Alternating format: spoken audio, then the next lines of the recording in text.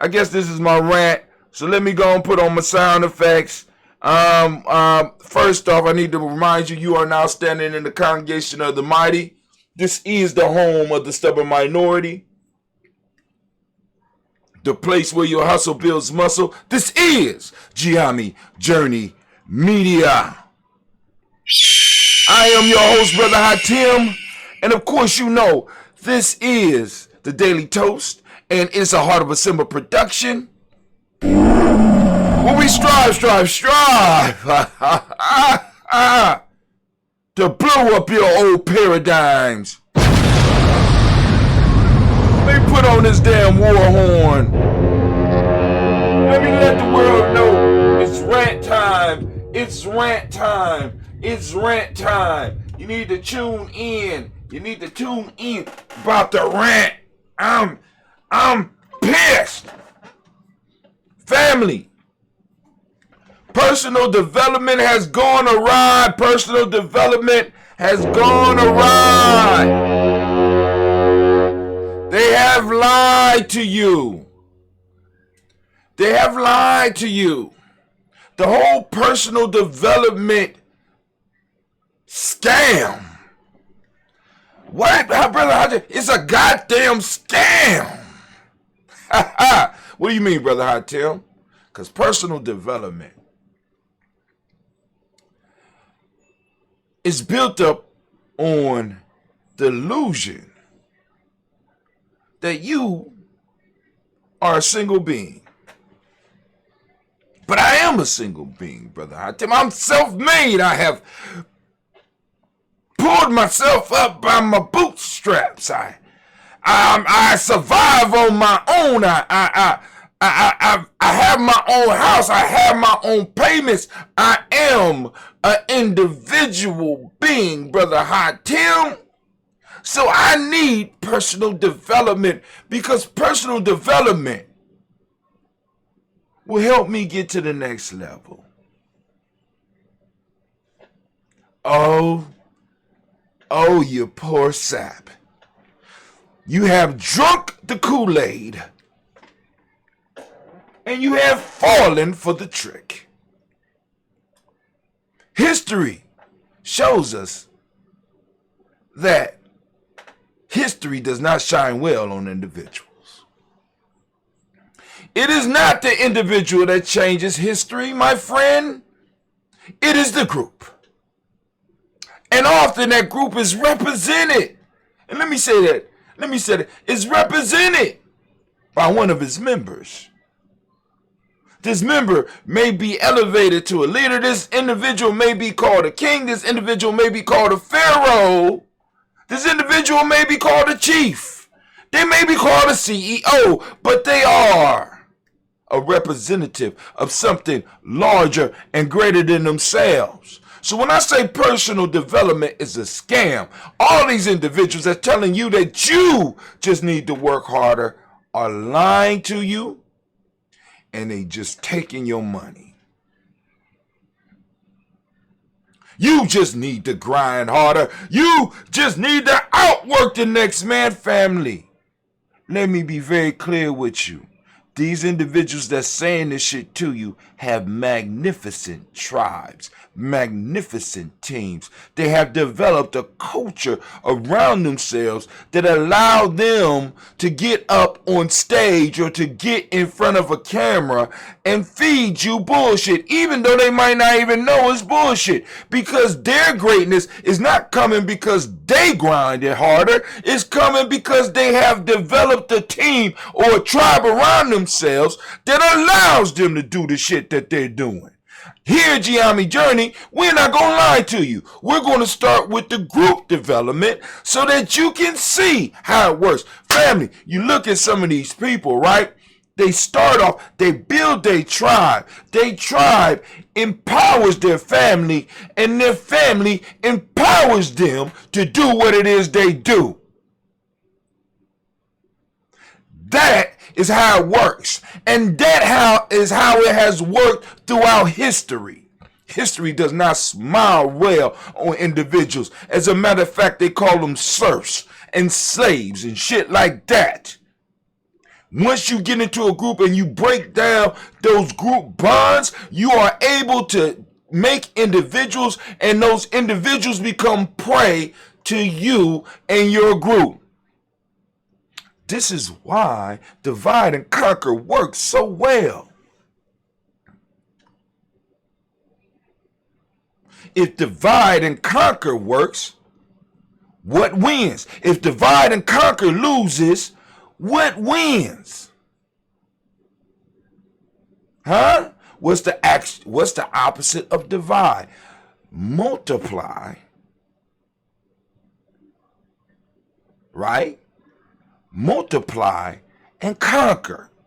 So if divide and conquer is what makes you lose, multiplying, which is the opposite of divide, and pulling together or building up. Multiplying and building up. What's a better word that is the opposite of conquer? We know multiplying is there. Multiplying and developing. Multiplying and pulling together. Multiplying and ujama. Multiplying and principal activation.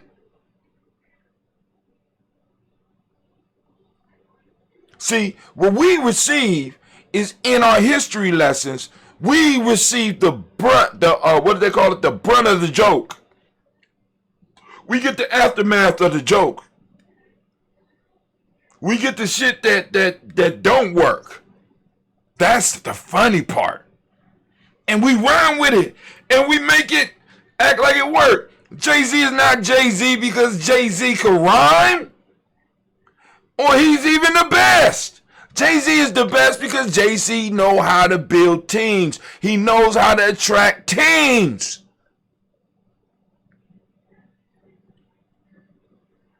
LeBron. Oh, LeBron is cold. But LeBron was able to either work through a team and get to a point to understand the power of teams. Oh, what about Malcolm X, brother? Malcolm X only rose to prominence because of the tribe that he was rocking with. Other than that, he would have just been a black man talking on the streets. Marcus Garvey. Marcus Garvey was an excellent team builder. Was an excellent tribe builder. He just said it differently.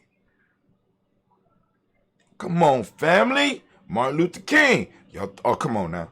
Do I even need to break that down for you? Do you see where I'm going with it? So now, let me take it a little bit farther, because yesterday I talked about the beginning chapter of an outlier. So guess what Brother Hatim got for you before we get to the toast? Guess what Brother Hatim done pulled out for you? Come on now. Say it with me now. You're damn right. He done found it. Yes, he has. Right in, I think this is the Times or something like this. Outliers, the New York Times. Do we got a subscription to this? I don't know. I got one to the Washington Post, and I got one to the Dispatch. Do I got one to the New York Times? I don't know. I ain't gonna risk it right now. So they start off by defining an outlier. Now, family, oftentimes we look at outliers. They keep you looking at the outliers, but they don't give you the full story of the outliers. That's why it's important to get books like this, right? Something that is situated away from or classed differently from a main or related body. A statistical observation that is markedly different in value from the other sample. Now here we go. Real quick, because I want to read through this. You know what I'm saying? So bear with me. Bear with me. You know what I'm saying? Roseto Valfortore lies 100 miles southeast of Rome in the Apennine foothills of the Italian province of Foggia. In the style of medieval villages, the town is organized around a large central square facing the square in Palazzo Marcelli, or something like that. The Palace of Sages, or Sagacci, family, once the great landowner of those parts. An archway to one side leads to a church, the Madonna del Carmine, Our Lady of the Mount Carmel. Narrow stone steps run up the hillside, flanked by closely clustered two-story stone houses with red tile roofs. For centuries, the Pacini or Rosato worked in the marble quarries in the surrounding hills or cultivated the fields in the terrace valleys below, walking 4 and 5 miles down the mountain in the morning and then making the long journey back up the hill at night. It was a hard life. The town folks were barely literate and desperately poor and without much hope for economic betterment, until the word reached the Rosetto at the end of the 19th century of the land of opportunity across the ocean. Guess what that land was? And guess who back the opportunity was built on? But I won't go there. I won't. I promise. I'm going to try to stay focused. In January 1882, a group of 11 Rosetons, 10 men and 1 boy, set sail for New York. They spent the first night in America sleeping on the floor of a tavern on Mulberry Street in Manhattan's Little Italy. Then they ventured west, ending up finding jobs in a slate quarry 90 miles west of the city in Bangor, Pennsylvania. Now here we go. The following years, 15 Rosetons left Italy for America, and several members of the group ended up in Bangor as well, joining their compatriots in the slate quarry. Those immigrants in turn sent word back to Rosetto about the promise of the New World, and soon one group of Rosetons after another packed up their bags and headed for Pennsylvania, until the initial stream of immigrants became a flood. In 1894 alone, some 1,200 Rosetons applied for passports to America, leaving the entire streets of their old village abandoned. So we have a whole group of individuals, a whole tribe, that got up and moved. They said, boom, all right. After the first group went out and they was able to go and secure something, others came, and then eventually, boom, we got a flood. So all of them left. What this got to do with what you saying, Brother Hatim? Hold on. They began buying land on the rocky hillside. Remember where they came from. Connected to Bangor only by a steep, rutted wagon path. They built closely clustered 2-story stone houses with slate roofs on narrow streets running up and down the hillside. They built a church and called it Our Lady of Mount Carmel, and named the main street on which it stood Garibaldi Avenue, after the great hero of the Italian unification. In the beginning, they called their town New Italy, but they soon changed it to something that seemed more appropriate, given that in the previous decade almost all of them had come from the same village in Italy. They called it Rosetto. In 1896, dynamic young priest Father Pasquale Danisco took over Our Lady at Mount Carmel. Danisco set up spiritual societies and organized festivals. Organized festivals. Set up spiritual societies. That sound familiar to any of y'all out there? Did that sound like something that's going on possibly with? I'm gonna keep it moving. He encouraged town folks to clear the land and plant onions, beans, tomatoes, potatoes, melons, and fruit trees in the long backyards behind their houses. He gave out seeds and bulbs. The town came to life. The Rosettans began raising pigs in their backyard and growing grapes for homemade wine. Schools, a park, a convent, and cemetery were built. Small shops and bakeries and restaurants and bars opened along Garibaldi Avenue. More than a dozen factories sprang up, making blouses for the garment trade. Neighboring Bangor was largely Welsh and English, and the next town over was overwhelmingly German. So you had groups of individuals who came and hooked up with their tribe over here. You know, but we was going through some other shit while they was doing all this. We weren't able to compete. All right. Which meant, given the fractious relationship between the English and Germans and Italians in those years, that Rossetti stayed strictly for Rosettans. If you wandered up and down the streets of Rosetto in Pennsylvania in the first few decades after 1900, you have heard only Italian spoken. And not just any Italian, but the precise Southern Fogan dialect spoken back in the Italian Rosetto. Rosetto, Pennsylvania was its own tiny self-sufficient world, all but unknown by the society around it, and may well have remained so, but for a man named Sturwalt Wolf. Wolf was a physician. He studied digestion and stomach and taught in the medical school, at the University of Oklahoma. He spent summer, hold on. I forgot to do something. So I'm going to come back to this. I want to make sure. We're reading first chapter, Outliers by Malcolm Gladwell. I want to make sure y'all got that. So we down here. Wolf was a physician. He studied digestion and stomach and taught in medical schools at the University of Oklahoma. He spent summers at a farm he bought in Pennsylvania. His house was not far from Rosetto, but that, of course, didn't mean much since Rosetto was so much in its own world that you could live one town over and never know much about it. One of the times when we were up there for the summer, this would have been in the late 1950s, I was invited to give a talk at the local medical society, Wolf said. Years later, in an interview, after the talk was over, one of the local doctors invited me to have a beer. And while we were having a drink, he said, you know, I've been practicing for 17 years. I get patients from all over, and I rarely find anyone from Rosetto under the age of 65 with heart disease. Wolf was skeptical. This was the late 1950s. Years before the advent of cholesterol-lowering drugs and aggressive prevention of heart disease, heart attacks were an epidemic in the United States. They were the leading cause of death in men under the age of 65. It was impossible to be a doctor, common sense said, and not see heart disease. But Wolf was also a man of deep curiosity. If somebody said that there were no heart attacks in Rosetto, he wanted to find out whether that was true.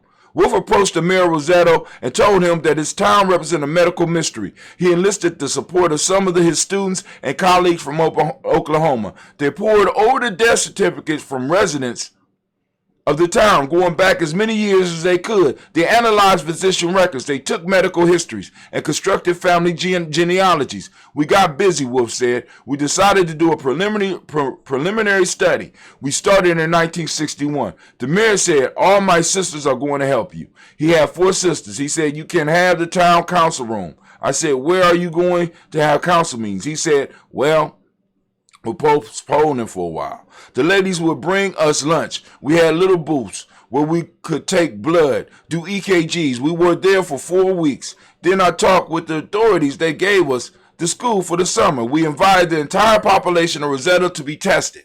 The results were astonishing. In Rosetto, virtually no one under 55 died of heart attack or show any signs of heart disease. For men over 65, the death rate from heart disease in Rosetto was roughly half that of the United States as a whole. The death rate from all causes in Rosetto, in fact, was something like 30 or 35% lower than it should have been. See, you're supposed to be sick. America is supposed to make you sick. That's the only thing I can conclude. I'm just saying. I'm just saying. I'm just saying. I just want y'all to understand what he's saying.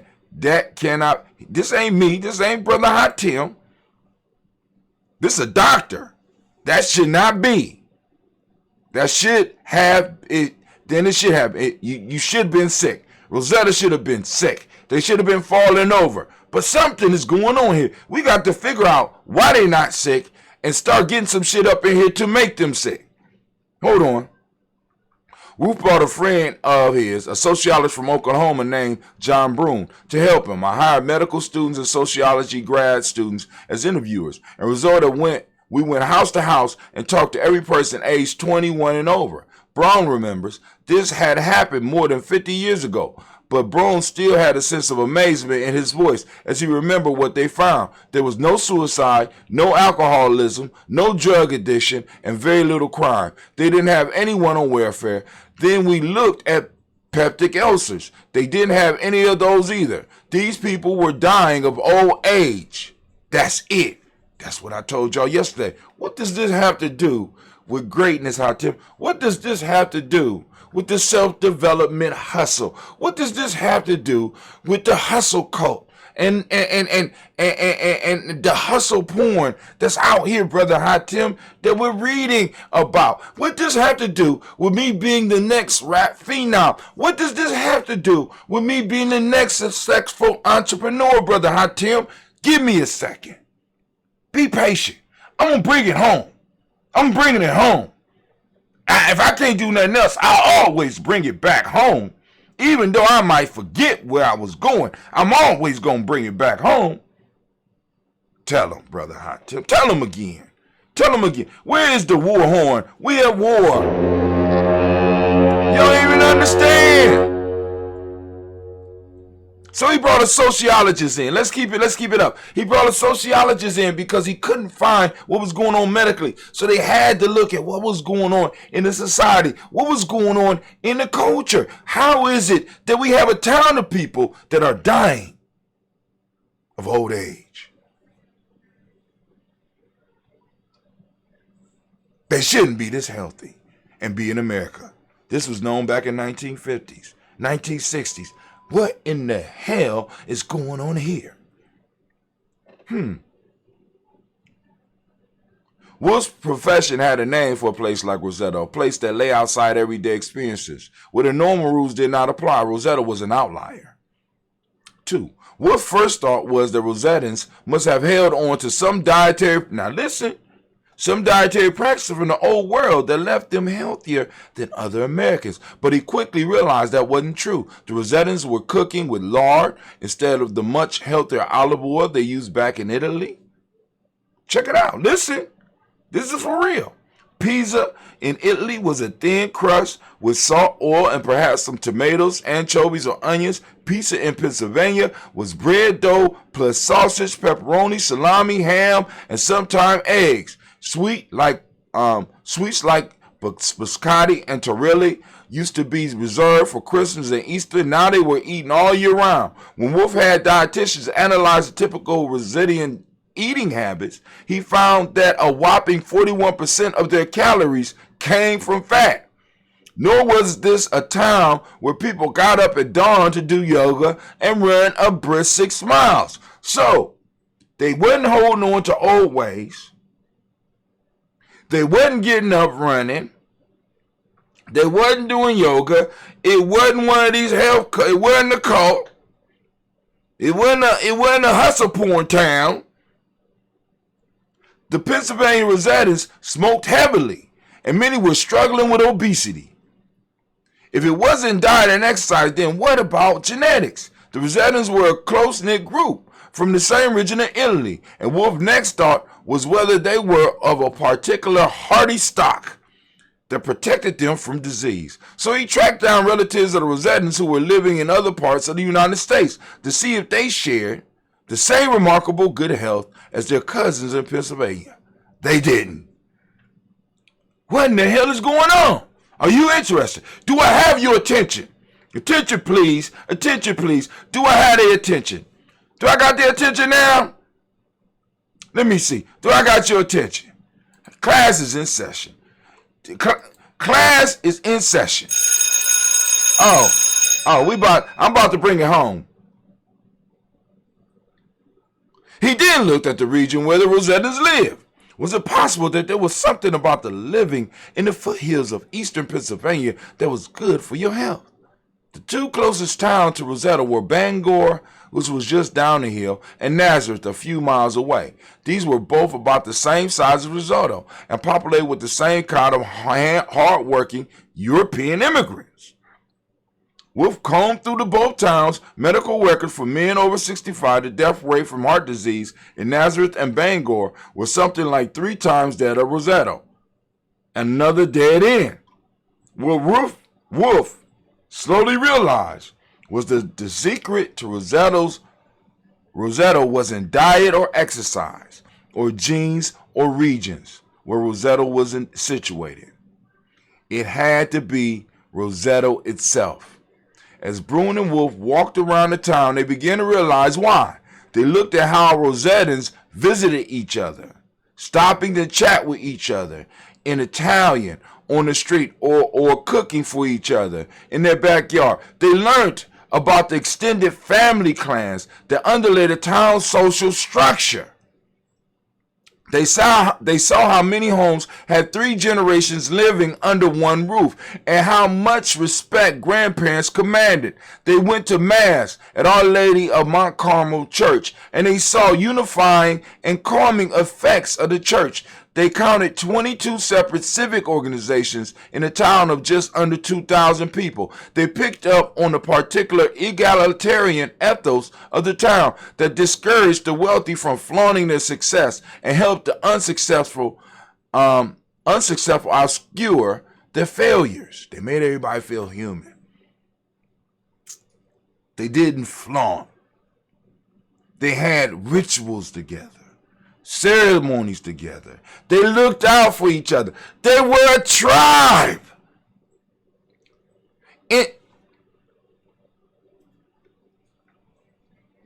Since they came together as a tribe, they was able to develop strong families.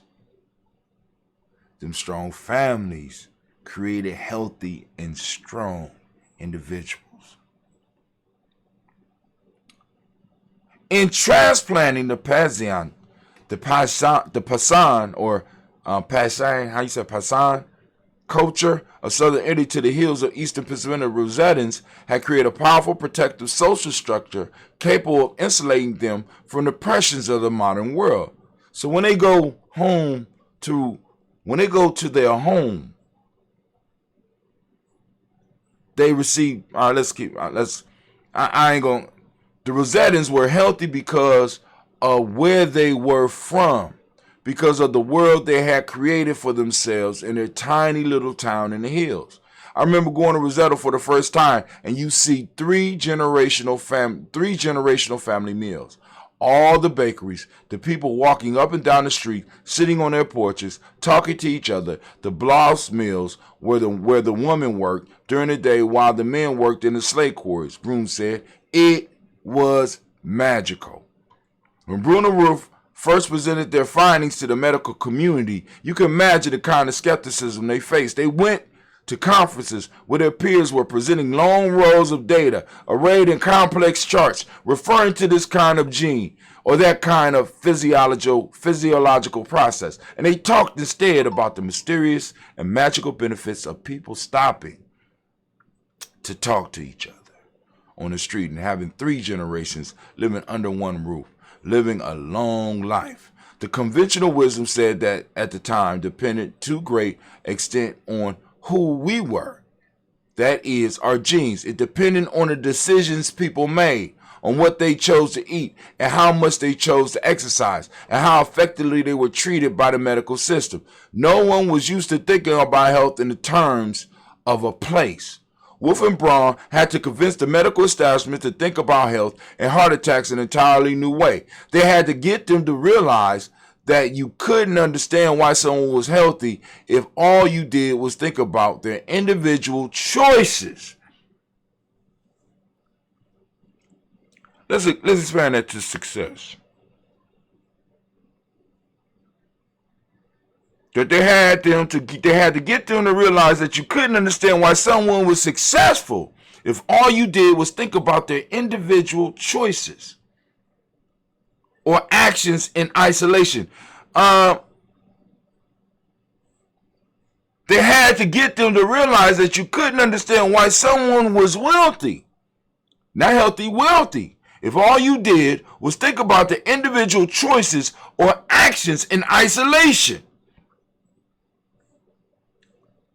They had to get them to realize that you couldn't understand why someone was happy if all you did was think about their individual choices or actions in isolation. We are not an island. This is what I'm trying to get you to understand. People are selling you shit that makes you believe that you're an island, and it is all about your individual choice. But you can make all the right choices, but if your home life is fucked up and your tribe life is fucked up, guess what?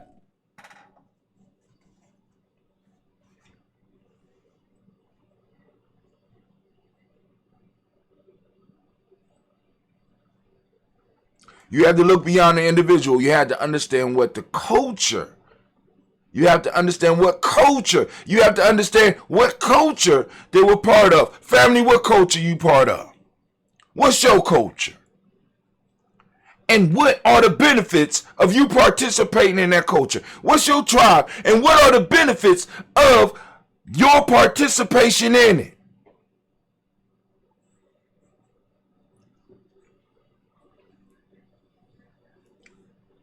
You had to understand what culture they were part of and who their friends and families were and what town in Italy their family came from. You had to appreciate the idea of that community, the values of the world we inhabit, and the people we surround ourselves with has profound effects on who we are. The value of an outlier was that it forced you to look a little harder and dig a little deeper than you normally would to make sense of the world. And if you did, you could learn something from the outlier. My fault. And if you did, you could learn something from the outlier that could use to help that you could use to help everyone else. And outliers, I want you to do for our understanding of success what Stuart Wolf did for our understanding of health. Did we not cover this every day? Now we're going to get into the libation. I'm going to go and get through it real quick. But I want y'all to just think about this, family. Stop buying into the hustle porn.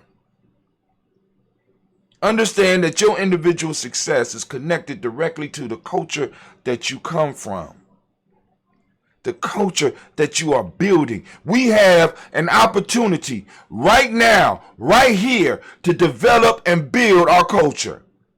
That feast that we just had was only was an example of where we could be, of what we could do on a regular basis. Just an example with just the little support that we have. What's going to happen when we got 100 members in Gye-Nyame tribe? What happens when we get to the limit and we have to split? And we have to split 75-75 and have 2 tribes now. What happens? What happens when we have over 300, 400, 1,000 people, just 1,000 people that understand this idea, that understand that my success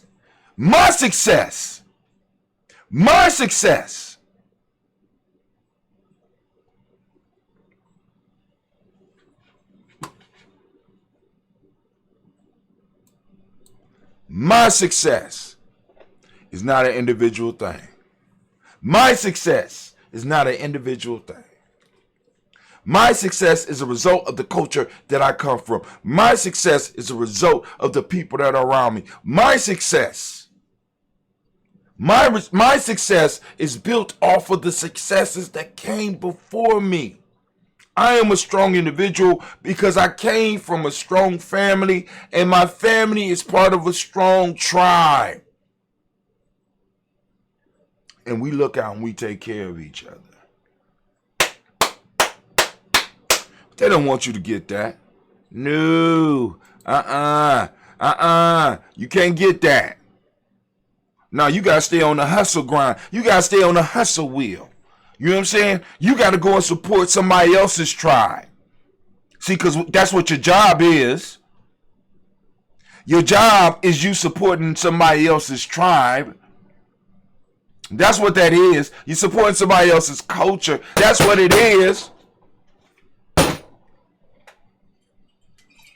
I'm going to finish up this bottle of ambrosia. I'm about to order some more honey. I'm about to brew some more ambrosia. But family, let me tell y'all right now. So the sea moss is in. I got to order the bags. We're going to be selling the quarter-pound bags. We're going to be able to sell a quarter-pound for about $10. We're going to sell a quarter-pound for about $10. Right? Doing pretty good. I think that's a good price. But also, we're going to be able to have the jars of we're going to call it maybe the food of the gods. I don't know. But we got that ambrosia or ambrosia, right, mixed with the sea moss. Because what happens is that the sea moss is dry, and what happens is when you put it in the water, it expands. So I said, what if we soak it in that ambrosia? So I soaked it in that ambrosia, and right now I got people testing it. So if anybody out there that's interested in testing a bottle, by all means, I'm making a bottle so that they could be tested. You know what I'm saying? So you need, especially if you're a supporter or you're a member of Gye-Nyame, you in the tribe, let me know. I'm going to get you your bottle for free. I'm testing it out. You take 1 or 2 tablespoons and you make you a smoothie. Or you can eat it straight up off the spoon. And it's going to present you with the health benefits. And like I said, I'm going to have a total write-up of all the health benefits of everything. Because we already discussed the health benefits of that ambrosia. We got that green tea in there. We got that honey. We got the fermentation process. We know that it's a probiotic. We getting it in there, right? But now we're connecting it with the fiber that is coming off of that sea moss, and we're combining it with all of those minerals that's coming with that sea moss and the health benefits of that sea moss.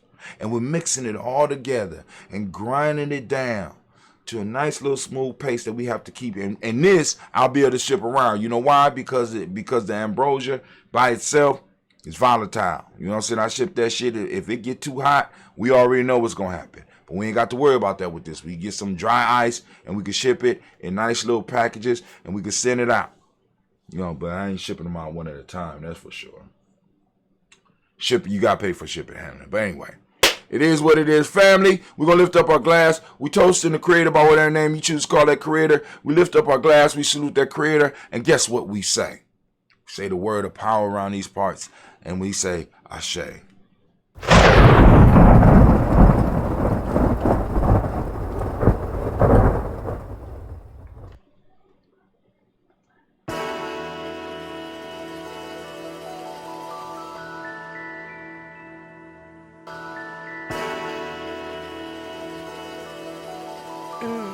Mr. Diddy.